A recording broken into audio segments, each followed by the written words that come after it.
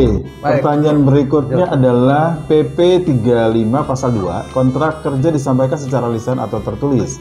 Bagaimana jika adendum pertama ya, dan seterusnya, jika tidak ada perubahan, apakah cukup dengan memberitahukan lisan? Dan apakah perlu bukti-bukti persetujuan dan karyawan untuk adendum tersebut? Baik, Bapak Ibu semua, perjanjian kerja yang disebut dalam PP 35 lisan atau tertulis itu hanya kepada perjanjian kerjanya saja. Untuk adendum tetap harus tertulis. Itu pertama. Ya. Yang kedua, kalau dalam pertanyaan ini disebutkan bagaimana jika adendum 1 dan seterusnya jika tidak ada perubahan, apakah cukup dengan memberitahukan lisan? Saya justru balik bertanya, kalau nggak ada perubahan ngapain ada adendum? Adendum itu kan berarti perubahan. Iya. Atau ada tambahan, Iya. ya kan? Adendum itu perubahan atau penambahan. Misalkan jangka waktu berubah, misalkan apalagi haknya berubah dan sebagainya. Nah itu adendum. Tapi kalau di sini kan pertanyaannya nggak ada perubahan. Ya kalau nggak ada perubahan ya nggak perlu adendum.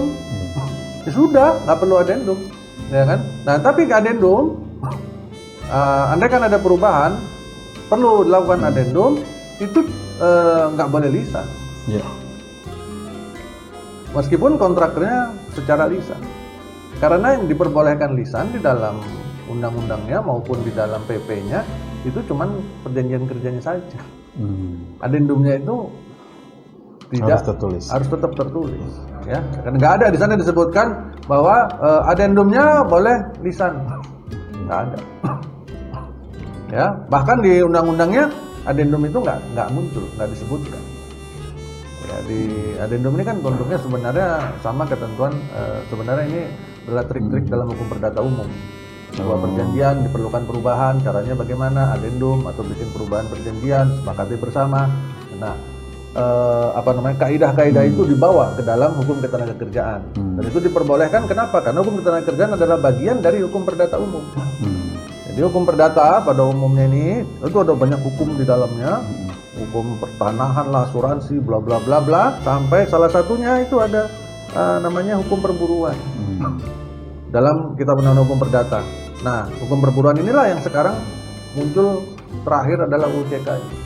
Yang menaungi Gitu. Ya. Sehingga beberapa kaidah-kaidah umum dalam hukum perdata tetap bisa diberlakukan, maka adendum bisa diberlakukan. Tapi di dalam hukum ketenagakerjaan kita yang diperbolehkan lisan itu kan hanya perjanjian saja. Sehingga saya tetap menafsirkan adendum harus tertulis. Dan harus persetujuan ya, adendum itu harus persetujuan. Perubahan perjanjian itu harus persetujuan dengan karyawan. Maka tertulis ada bukti persetujuannya, tanda tangan dan sebagainya. Ya.